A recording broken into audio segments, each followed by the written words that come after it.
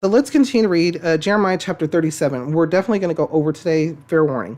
Jeremiah chapter 37, Jeremiah in prison. Of course, Zedekiah, son of Josiah, was made king of Judah by Nebuchadnezzar, king of Babylon. He reigned in place of Jehoiachin, son of Jehoiakim. Neither he nor his attendants nor the people of the land paid any attention to the words the Lord had spoken through Jeremiah the prophet. So now we can see the exile has happened. So the king of Babylon has came and conquered Judah and Israel. So kind of hopping forward a little bit. Okay, King Zedekiah, however, sent Jehukal, son of Shelemiah, with the priest Zephaniah, son of Messiah, to Jeremiah the prophet with this message: please pray to the Lord our God for us. Now Jeremiah was free to come and go among the people, for he had not yet been put in prison. Pharaoh's army had marched out of Egypt, and when the Babylonians who were besieging Jerusalem heard the report about them, they withdrew from Jerusalem. Then the word of the Lord came to Jeremiah the prophet. This is what the Lord, the God of Israel, says. Tell the king of Judah, who sent you to inquire of me, Pharaoh's army, which has marched out to support you, will go back to its own land, to Egypt. Then the Babylonians will return and attack the city. They will capture and burn it down. This is what the Lord says. Do not deceive yourselves, thinking the Babylonians will surely leave us. They will not. Even if you were to defeat the entire Babylonian army that is attacking you and only wounded men were left in their tents, they would come out and burn this city down. After the Babylonian army had withdrawn from Jerusalem because of Pharaoh's army, Jeremiah started to leave the city to go to the territory of Benjamin to get his share of the property among the people there. But when he reached the Benjamin gate, the captain of the guard, whose name was Irijah, son of Shelemiah, the son of Hananiah, arrested him and said, "You are deserting to the Babylonians." Okay, brief pause. Remember what happened when he was in prison the first time, or one of the times? His cousin came and said, "Hey, the Lord told him while he was in prison that someone's going to come and sell you the land, and you can buy it from him." And that's what happened. As soon as the prophecy was, or students, the guidance was given by the Lord, it happened.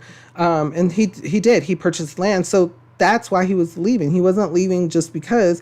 He was leaving to go to the place that he purchased. He wanted to see it. Think about. I mean, think about it. Like, you purchased something, you want to see it, right? Then now's your chance. You were in prison, now you're free, and you were free to come and go. There was war going on, unfortunately, because of Judah, because the kings and the Lord had already told them what was going down, and unfortunately they didn't listen, so things were happening. So he was like, okay, well, things are still happening, but let me go and see this place that I purchased. And they thought he was deserting. So let's continue. That's not true, Jeremiah said. I am not deserting to the Babylonians. But Irijah would not listen to him. Instead, he arrested Jeremiah and brought him to the officials. They were angry with Jeremiah and had him beaten and imprisoned in the house of Jonathan, the secretary, which they had made into a prison. Jeremiah was put into a vaulted cell in a dungeon where he remained a long time. King Zedekiah sent for him and had him brought to the palace, where he asked him privately, "Is there any word from the Lord?" "Yes," Jeremiah replied. "You will be handed over to the king of Babylon." Then Jeremiah said to King Zedekiah, "What crime have I committed against you or your officials or this people, that you have put me in prison? Where are your prophets who prophesied to you, the king of Babylon will not attack you over this land? But now, my lord the king, please listen. Let me bring my petition before you. Do not send me back to the house of Jonathan the secretary, or I will die there."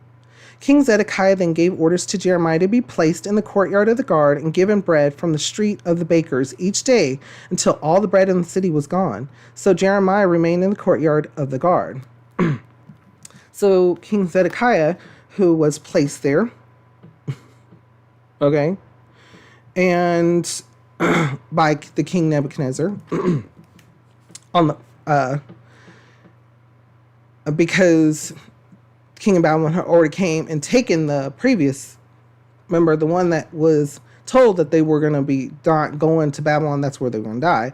So he's already came once.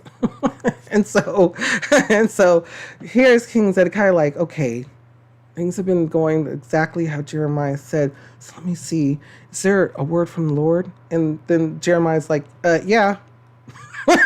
And yes, Jeremiah replied, you'll be handed over to the king of Babylon.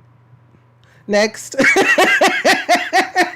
So then he's telling the king, okay, I've done nothing. I've only told you guys the Lord's will. The Lord's will be done.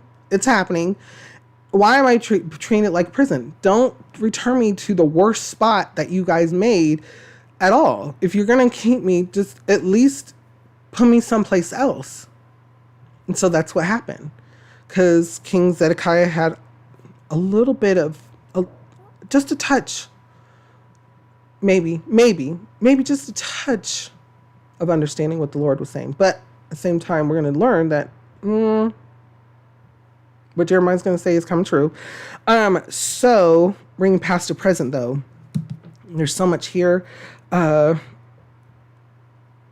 This is what, so they had, the Babylonians come and they were attacking them again.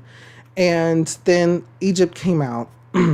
And so this is what happened. This is what the Lord says. Do not deceive yourselves, thinking the Babylonians will surely leave us. They will not. Even if you were to defeat the entire Babylonian army that is attacking you and only wounded men were left in their tents, they would come out and burn this city down. So he is already telling them what's going to happen, period. They have no say ifs, ands, or buts because they are refusing to follow the guidance of the Lord. And here's Jeremiah in the midst of things. He just bought a piece of land. He's going to take a look at it, see what he bought. And knowing things are going on, possibly didn't think that he was even going to be considered. Because remember, he's already been banished from the temple. He's already been banned. So they were like, we don't want to see him anyway. So here he goes to take a look at the land he just purchased. And they're like, you're not going to look, you're not going to see that land. You're just trying to go to the Babylonians now. You're just trying to desert, you're not trying to be a part of the people. You're not trying to be, your blood is my, all that good, you know how it goes, family and all that stuff. And Jeremiah's like, no, but they didn't believe him because they don't want to believe him. They don't want to believe, they haven't believed his prophecies. They haven't believed that so of course not. Right. And they want, they'd rather see him beaten because they're tired of him. So that's what happens. Bringing past to present. There's so many different, this is sermon upon sermon. There's so many different ways that we can take this and look at this. Do you understand? Again, continue on with the Lord is always at work. The Lord is always at work. And so when things may look like the Lord's not at work, or you may be seeing something that the Lord's telling you, this is how it's going to end, and it doesn't look like it's that way because of what have you, whether it's things negatively happening continually, whatever, at your work, school, job, at home, wherever. But the Lord has given you guidance. So trust in him, because what the Lord tells you, what's the Lord telling you is a revelation.